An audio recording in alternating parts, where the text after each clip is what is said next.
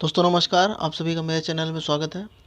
दोस्तों आज हम वर्ल्ड ज्योग्राफी में पढ़ने वाले हैं नहरें। आज हम विश्व की जितनी भी प्रमुख नहरें हैं, आपकी परीक्षा की दृष्टि से जो भी महत्वपूर्ण नहरें हैं, हम उनको देखने वाले हैं। ठीक है, हम बात कर रहे हैं विश्व की नहरों की। ठीक है, तो अगर विश्व की नहरों से अगर कोई भी प्रश्न बनेगा तो आपका गलत, और नहरों से बहुत कम प्रश्न बनते हैं। बट अभी मैंने रिसेंटली कई एग्ज़ामों में देखा है कि चाहे वो यूपीपीसीएस का एग्ज़ाम हो, चाहे अन्य एग्ज़ाम हो, उनमें नहरों से प्रश्न बने हैं। लेकिन अब जो आयोग है वो कुछ डीप पूछता है, जो आयोग है वो गहराई से प्रश्न बनाता है। ठीक है, तो जो सबसे पहली नहर है वो है सुएज़ नहर। ठीक है, सबसे पहली जो नहर हम पढ़ने जा रहे हैं वो है सुएज़ नहर।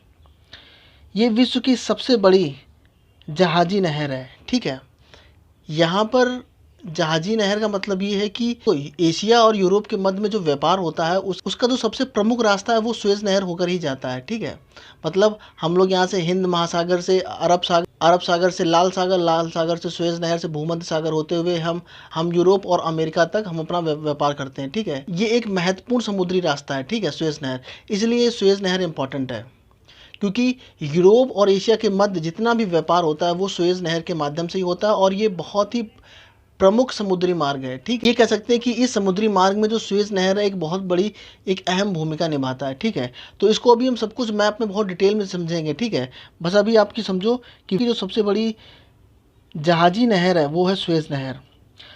अब पेपर में एक बार प्रश्न ये भी बना था कि सुएज़ नहर का निर्माण या जो उनके आर्किटेक्चर थे वो कौन थे, तो उनका नाम था फर्डिनेंड लेसेप्स, और ये कहाँ के थे? ये फ्रांस के इंजीनियर थे। ठीक है, अब इसके बाद जो नेक्स्ट प्रश्न है वो ये बनता है कि ये सुएज़ नहर किन दो सागरों को जोड़ती है। ये छोटे एग्जामों में बहुत प्रश्न आता है, ये आपको याद कर ही लेना है। तो ये लाल सागर को भूमध्य सागर से जोड़ती है।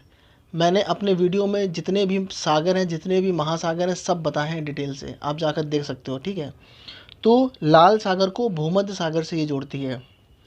इसकी लंबाई कितनी है? तो 165, और इसकी चौड़ाई कितनी है? तो 60 मीटर। तो लंबाई 165 किलोमीटर है ये। ठीक है, और जो चौड़ाई है वो 60 मीटर है। तो देखो इसमें आपको याद क्या करना है, तो याद करना है कि ये सबसे बड़ी नहर है, इसके इंजीनियर का नाम क्या है, ये किन सागर को जोड़ती है। ठीक है, ये आपको याद करना है। अब इस सुएज़ नहर का जो उत्तरी पोर्ट है, उत्तरी पोर्ट, उत्तर में जो पोर्ट है मतलब, उसका नाम है पोर्ट सईद। ये पेपर में पूछा जाता है। और ये पोर्ट सईद तो फिर कहाँ पर होगा? तो ये पोर्ट सईद कहाँ पर है? तो ये भूमध्य सागर में है, क्योंकि उत्तर में भूमध्य सागर है, तो पोर्ट सईद भूमध्य सागर में होगा। दक्षिणी जो पोर्ट है उसका नाम क्या है? तो उसका नाम है पोर्ट सुएज। तो ये भी पेपर में पूछता है कि सुएज नहर का जो उत्तरी पोर्ट है वो कौन सा है, और जो दक्षिणी पोर्ट है वो कौन सा है, ये भी आपको याद करना है। तो पोर्ट सईद, और जो दक्षिण में उसका नाम है पोर्ट सुएज, तो वो किस में होगा? वो है लाल सागर में। अब देखो सुएज नहर में भी निर्मित कुछ झीलें हैं। देखो अब नहर अगर बनाई जा रही है और उसमें अगर जहाज़ चलेंगे तो सीधी सी बात है, जब जहाज़ चलेगा तो पानी का फ्लो बढ़ेगा, दोनों दीवारों को तोड़ेगा, ऊपर की ओर उठेगा, सीधी सी बात है ना। तो वो पानी के बहाव को फैलने से रोकने के लिए कुछ लेक का निर्माण किया गया है, और ये पीसीएस के एग्ज़ाम में यूपीपीएससी आयोग द्वारा ऐसे प्रश्न बहुत बनाए जाते हैं। अगर आप हाई कोर्ट का आरओ जैसे भी एग्ज़ाम अगर आप देते हो, या एसएससी सीजीएल के एग्ज़ाम देते हो, तो वहाँ ऐसे प्रश्न बन जाते हैं। ठीक है, तो सुएज़ नहर में उत्तर से दक्षिण के क्रम में कुछ नहरें हैं, जैसे सबसे जो उत्तर में है उसका नाम है मेजासा झील। सेकंड नंबर पे जो झील है उसका नाम है तिम्सा झील, और तिम्सा इम्पॉर्टेंट है। ठीक है, इसके बाद दो झीलें और हैं, ग्रेट बिटर झील और लिटिल बिटर झील। ये जो तीन है लास्ट की, 1 2 3, ये तीनों पेपर में आई हुई हैं, पूछी गई हैं, और आगे पूछी जा सकती हैं। और ये जो मेंजाला झील है इसको एक बार आप भूल भी सकते हो, बट अगर आप चारों याद कर लो तो क्या दिक्कत है उसमें। सबसे ऊपर है मेंजाला, फिर है तिम्सा, ग्रेट बिटल झील, इसके बाद है लिटिल बिटल झील। ठीक है, तो अब हम इसको मैप में देखते हैं सबसे पहले। ठीक है, तो देखो देखो ये है भारत। ठीक है, और इसके बाद जब हम यहाँ से अरब सागर से ऐसे होते हुए जब ये हम लाल सागर में इधर आते हैं तो यहाँ पर है सुएज़ नहर। ठीक है, अब देखो मैं इसको जूम करने जा रहा हूँ। ठीक है, अब देखो इसको मैं जूम करने जा रहा हूँ। ठीक है, तो देखो ये हो गया लाल सागर, और ये ऊपर यहाँ पर जो वो है वो भूमध्य सागर। मैं एक बार आपको दिखाता हूँ। ठीक है, ये जो सागर है ये भूमध्य सागर है। ठीक है, और ये जो है ये है लाल सागर। अब देखो ये है इजिप्ट, मिस्र, ठीक है। और इसके बाद यहाँ से ऐसे ये रास्ता बनाया गया सुएज़ नहर, ठीक है। तो अब मैं जो आपको मैप में दिखाऊंगा वो यहाँ से लेके यहाँ तक के लिए दिखाऊंगा, ठीक है। मैंने जो मैप बनाया है वो यहाँ से लेकर यहाँ तक के लिए है, ठीक है। और ये जो खाड़ी है, इस खाड़ी का नाम क्या है? इस खाड़ी का नाम है अकाबा की खाड़ी। और ये है लाल सागर, ठीक है। और ये है नील नदी, ये है इजिप्ट, यहाँ पर है मेडिटेरियन सी, यहाँ पर है रेड सी, ठीक है। और एक चीज़ और, ये आपको एक प्रायद्वीप दिख रहा है ना? इस प्रायद्वीप का नाम क्या है पता है? तो इस प्रायद्वीप का नाम है शिनॉय प्रायद्वीप, ठीक है। ये भी पेपर में पूछा गया है। तो शिनॉय प्रायद्वीप किसके हिस्से में आता है? वो आता है इजिप्ट के हिस्से में, ठीक है। और यहाँ पर जो खाड़ी है अकाबा की खाड़ी, ये भी पेपर में पूछी गई है, ठीक है। और अब मैं जो आपको मैप में दिखाऊंगा वो यहाँ से लेके यहाँ तक के लिए दिखाऊंगा, ठीक है, जो सुएज़ नहर बनी है, ठीक है। तो आपने अभी मैप में समझ लिया ना इसको। तो ये देखो, ये है मेडिटेरियन सी और ये है पोर्ट सुएद, ठीक है। और जो यहाँ पर ये जो लेक दिख रही है ना, इसका नाम है मंजेला लेक, ठीक है। ये इसके बाद यही कैनाल, जब हम नीचे की ओर आ रहे हैं यहाँ पर, ठीक है, जब ऐसे आते जाएंगे हम नीचे, है ना। और यहाँ पर एक लेक है जिसका नाम है तिमसा लेक, यहाँ पर इस मैप में दी हुई नहीं है, ठीक है। तो यहाँ पर एक लेक है तिमसा लेक, ठीक है। और इसके बाद फिर आपको दो लेक यहाँ पर दिख रही हैं जिसका नाम है ग्रेट बिटर लेक और लिटिल बिटर लेक, ठीक है। एक ये है और एक ये है, ठीक है।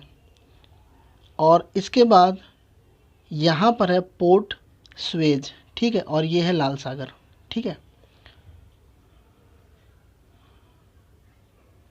आप इसको इस तरीके से भी देख सकते हो, ठीक है। तो ये लाल सागर से इस तरीके से होते हुए जाता है। तो इसमें इंपॉर्टेंट क्या है, जो ग्रेट बिटर लेक है और जो लिटिल बिटर लेक है ना, ये पेपर में पूछी गई। इसके अलावा जो तिमसा लेक है ये भी पेपर में पूछी गई है, ठीक। अब देखो मैंने वही चीज़ बताई है कि जो सबसे उत्तर में है वो है भूमध्य सागर, ठीक है। और भूमध्य सागर में है पोर्ट सईद, आपको ये याद रखना है, ठीक है। आपको ये याद रखना है कि जो पोर्ट सईद है वो कहाँ पर है, वो भूमध्य सागर में, मेडिटेरियन सी में है। इसके बाद जो पहली लेक मिलती है ना, ये इस लेक का नाम है मैंजाला झील, ठीक है, याद याद रखना। इसके बाद जब हम दक्षिण की ओर चलेंगे, और ये जो रेड से मैंने किया है ना, ये रास्ता है, ठीक है। इसके बाद यहाँ आपको ये लेक दिख रही है, इसका नाम है तिमसा झील, ठीक है। इसके बाद जब हम और दक्षिण में चलेंगे तो हमको मिलती है ग्रेट बिटर झील और लिटिल बिटर झील, ठीक है। दो झीलें मिलती हैं और हमको पोर्ट सुएज मिल जाता है, ठीक है। तो ये पूरी कहानी है सुएज नहर की। अब देखो आपको पेपर में क्या पूछ सकता है कि ग्रेट बिटर झील कहाँ पर है, तिमसा झील कहाँ पर है, लिटिल बिटर झील कहाँ पर है, ठीक है। इसके बाद पोर्ट सुएज कहाँ पर है, पोर्ट सईद कहाँ पर है, इसकी लंबाई कितनी है, इसके इंजीनियर का नाम क्या है, और ये किन दो सागरों को आपस में जोड़ती है, ठीक है। अब आपसे पूछने को ये भी पूछ सकता है कि ये किसको अलग करती है, तो आप मैंने अभी बताया कि ये मिस्र को सिनॉय प्रायद्वीप से अलग करती है, एक तरीके से देखा जाए। या आप कह सकते हो कि अफ्रीका को सिनॉय प्रायद्वीप से अलग करती है, इस तरीके से भी आप उसको कह सकते हो, ठीक है। अब देखो जो अगली नहर है उसका नाम है पनामा नहर। अब सुएज नहर के बाद अगर आपको कोई दूसरी नहर याद रखनी है तो वो है पनामा नहर, ठीक है। इम्पॉर्टेंट है, मैंने इसी क्रम में लिखा है इसको, ठीक है। अब जो पनामा नहर है वो स्थलखंड को काट कर बनाई गई है, पहली बात। सेकंड चीज़ क्या है कि ये प्रशांत महासागर और कैरेबियन सागर को, या कहें दूसरे शब्दों में अटलांटिक महासागर को ये जोड़ती है, ठीक है। अब देखो इसमें आपको क्या याद रखना है कि जो पनामा बंदरगाह है वो प्रशांत महासागर के तट पर है, और जो कोलोन बंदरगाह है ये कैरेबियन तट पर है। और कोलोन बंदरगाह कई बार पेपर में आ चुका है, ठीक है, लोगों को पता नहीं होता है। लेकिन जो कोलोन बंदरगाह है वो कैरेबियन तट पर है, और जो पनामा बंदरगाह है वो प्रशांत महासागर के तट पर है, ठीक है। और ये किसको जोड़ती है, तो ये प्रशांत महासागर को कैरेबियन सागर से जोड़ती है, ठीक है। आपको यहाँ पर मैप में दिख रहा होगा, ठीक है। और अब हम चलते हैं बड़े मैप में। अब मैं आपको बड़े मैप में इसको दिखा। अब ये देखो, ये है अटलांटिक ओशन जो एस आकार का है, और ये है पैसिफिक ओशन, ये है नॉर्थ अमेरिका और ये है साउथ अमेरिका, ठीक है। अब इसको अगर हम जूम करते हैं यहाँ पर इस तरीके से, तो यहाँ पर इसे, अब देखो यहाँ पर पनामा कहाँ पर है, तो ये है पनामा देश यहाँ पर, ठीक है। और इसको ऐसे काट कर पनामा नहर बनाई गई है। अब देखो यहाँ पर प्रशांत महासागर है और यहाँ पर कैरेबियन सी है, तो हम ये भी कह सकते हैं कि ये कैरेबियन सी को प्रशांत महासागर से जोड़ती है, और इधर अटलांटिक महासागर भी है, तो ये भी कह सकते हैं कि प्रशांत महासागर को अटलांटिक महासागर से जोड़ती है। और ये उत्तरी अमेरिका महाद्वीप का जो सबसे दक्षिणी देश है पनामा। और आप यहाँ पर ये भी याद रख सकते हो कि जो पनामा है वो किसको टच करता है, तो वो कोलंबिया को टच करता है। इंपॉर्टेंट फैक्ट है ये। अब देखो जो अगली नहर है वो बहुत ज़्यादा इंपॉर्टेंट है। ये तीनों नहरें इंपॉर्टेंट है, ठीक है। कील नहर, कील नहर के बारे में फैक्ट ये है कि जो कील नहर है ये यूरोप की सबसे व्यस्ततम नहर है, ठीक है। और ये है कहाँ पर, तो ये है जर्मनी में, और ये नॉर्थ सी और बाल्टिक सी को जोड़ती है, ठीक है। अब मैं आपको कील नहर बड़े मैप, तो देखो ये जो आप मैप देख रहे हो ये है यूरोप का, ठीक है। अब इसमें हम देखते हैं जर्मनी कहाँ पर है, तो आपको दिख रहा है ये है जर्मनी, ठीक है। तो ये होगा जर्मनी, ठीक है। अब इसके हम उत्तर में अगर हम चलते हैं यहाँ पर, तो ये आपको ये दिख रहा है डेनमार्क, ठीक है, और ये है जर्मनी। और यहाँ आपको दिख रहा है बाल्टिक सी, और यहाँ पर दिख रहा है नॉर्थ सी, और ये है ग्रेट ब्रिटेन। तो ग्रेट ब्रिटेन के पूर्व में है नॉर्थ सी, ठीक है। और बाल्टिक सी कहाँ पर है, ये जो बाल्टिक कंट्री है इनके पश्चिम में, ठीक है। ये आपको समझ में आ गया इतना। तो जर्मनी, अब देखो अगर नॉर्थ सी से बाल्टिक सी जाना तो ऐसे जाना पड़ता था, ठीक है।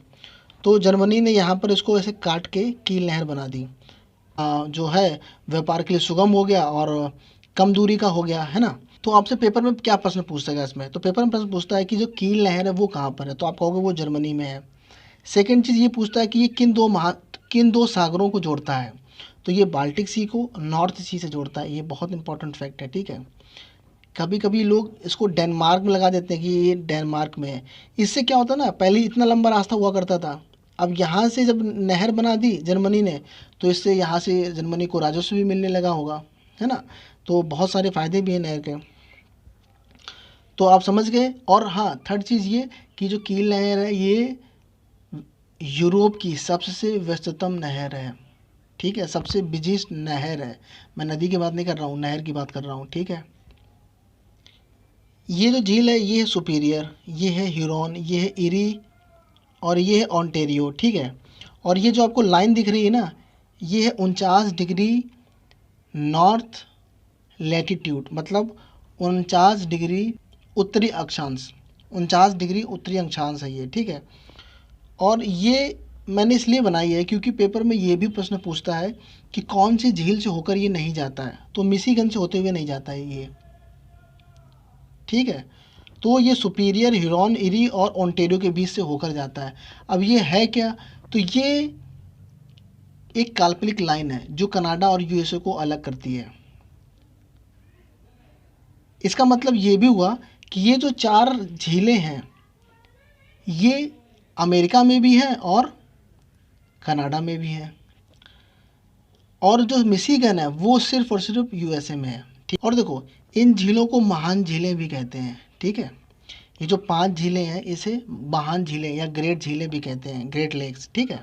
तो देखो सुपीरियर और ह्यूरॉन के बीच में एक नहर बना दी है जिसका नाम है सू नहर, और इसके बाद ह्यूरॉन और इरी के बीच में जो नहर बनाई है उसका नाम है इरी नहर, और इसके बाद इरी और ओंटेरियो के बीच में जो नहर बना दी उसका नाम है वेलेंट नहर, ठीक है। तो ये पेपर में पूछता है, बहुत पूछता है, कभी कभी सीरीज लगाने को दे देगा कि मैच करो, ठीक है, कौन सी किसके बीच में है। और ये बहुत ज़्यादा इंपॉर्टेंट है, आपको ये बस याद कर लेनी है। पहले तो आपको ऐसे याद रखना है कि ये सुपीरियर है, फिर ह्यूरॉन है, फिर इरी है, फिर ओंटारियो, फिर मिशिगन है, ठीक है। और इनके बीच में जो नहरें हैं वो है सू नहर, इरी नहर, वेलेंट नहर, ठीक है। आप इसको मैप से देखकर समझ रहे होंगे, ठीक है। तो आप इसका चाहो तो स्क्रीनशॉट भी ले सकते हो। ये जो है ये है नॉर्थ अमेरिका, ठीक है। और अब हम चलते हैं अमेरिका महाद्वीप पे, तो ये है यूनाइटेड स्टेट और ये है कनाडा, ठीक है। और इसके बीच में ये है महान झीलें, ठीक है। इसको थोड़ा हम जूम करते हैं, तो ये जो लेक है ये सुपीरियर है, फिर ये मिशिगन है, फिर इसके बाद ये ह्यूरॉन है, फिर ये इरी है, फिर ओंटारियो है। आप इसका स्क्रीनशॉट ले सकते हो, ठीक है। और ये जो रास्ता है वो कुछ इस तरीके से ऐसे जाता है, ठीक है, जिसे काल्पनिक लाइन है, जिसे कहते हैं 49 डिग्री उत्तरी अक्षांश। ये कनाडा और यूएसए को अलग करता है। और देखो कोरिया पेनिनसुला जो है वहाँ पर भी नॉर्थ कोरिया और साउथ कोरिया को जो अलग करने वाली लाइन है उसे कहते हैं 38 डिग्री नॉर्थ अक्षांश, ठीक है। तो वहाँ पर 38 है, यहाँ पर 49 है, ठीक है। और मिशिगन है वो एक इकलौती है जो अमेरिका में आती है, ठीक है। और जो हिरोन है, अब इसको जब जोड़ा जाएगा तो एक नहर बनाई जाएगी, तो उस नहर का नाम है सू नहर, ठीक है। और ये जब ह्यूरॉन और ईरी को जब जोड़ा गया तब एक नहर बनाई गई जिसका नाम है ईरी नहर। और इसके बाद ईरी और ओंटेरियो को जब जोड़ा गया तो एक नहर बनाई गई जिसका नाम है वेलेंड नहर, ठीक है। तो ये भी पेपर में पूछी जाती है। देखो स्वेज नहर हो गई, फिर इसके बाद पनामा नहर हो गई, फिर इसके बाद कील नहर हो गई, फिर इसके बाद सू नहर हो गई, फिर इसके बाद ईरी नहर और वेलेंड नहर। ये 6 नहरें हैं जो बहुत इंपॉर्टेंट है। आप ये 6 तो याद, आपको ये 6 याद तो करनी ही है, ठीक है। जो अगली नहर है उसका नाम है डेन्यूब राइन कैनाल, ठीक है। अब देखो जो डेन्यूब नदी है वो, इसके बारे में खासियत क्या है, जब मैं नदियाँ पढ़ाऊँगा तब मैं इसके बारे में बताऊँगा, लेकिन अभी आप इतना समझ लो कि जो डेन्यूब नदी है वो विश्व की 5 राजधानियों से होकर जाती है, ठीक है। कहाँ से निकलती है ये जर्मनी से निकलती है, जर्मनी के ब्लैक फॉरेस्ट से। इसके बाद सेकंड है राइन नदी, ये कहाँ से निकलती है, हाँ राइन नदी भी 6 देशों से होकर जाती है।